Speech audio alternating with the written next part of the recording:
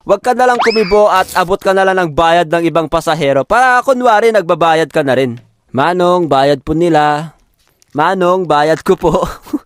Hashtag wag tularan. Tapos, pagdating mo sa school ay makakalimutan mo pa yung bag mo. Kaya ang ending, hindi ka nakapag-quiz at nakatake note sa klase. Pwera na lang kung may mabuting kalooban na malaanghel ang pagmumukha na pahihiramin ka ng ballpen at papel. Naranasan nyo na din ba to? Yung kumain ka sa isang kainan tapos nung aalis ka na ay sinabihan ka ng, "Sir, yung bayad nyo po." "Ay, hindi pa ba ako nagbayad? Sorry. Potek men, akala nang nagtitinda, tatakasan ko siya. Pumunta tayo sa lutang experience with tropa. Kakatapos lang namin mag-animate noon kasama ng mga tropa ko at nagdesisyon kami na pumunta sa town para magtambay at magkape. At nung nasa coffee machine kami ng 7-Eleven, ay nakita kong pinipindot ng tropa ko yung price tag na katabi ng mismong dapat pindutin. Uy, Tix, hindi yan yung pipindutin. Ito, oh. Ay, kamoting yan. Potek yan, men. Hindi mo naman first time bumili dito, ah. Sabog ka ata.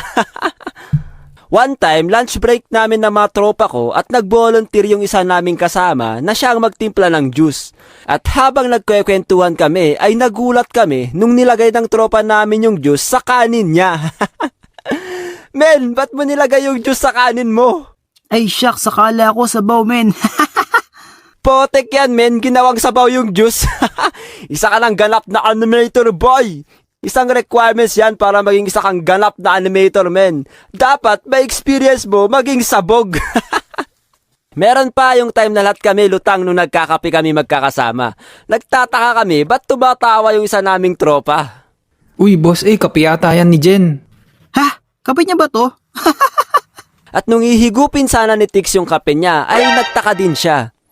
Jen, kape ko ata yan. Ha? Paano naging kape mo to? Oo, Jen, kape ko yan. Ito kape mo, oh. Puno pa yung sa akin, eh. Potek yan, nagkapalit-palit na tayo ng kape.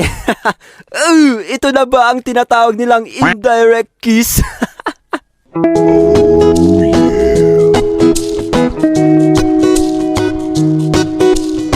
Kayo mga men, anong kwentong lutang nyo?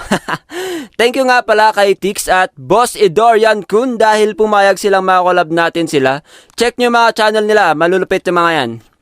Thank you kay Jen sa pag-invite sa amin for this collaboration and try to check our channels. At eto nga pala si Boss A. And we invite you guys to listen to our podcast na pwede nyo mapakinggan sa Spotify and Apple. And which is kasama namin, nandun din sila Kapoy Kid and Ellie Bunny and yun lang. Woohoo! Bye! Bye-bye.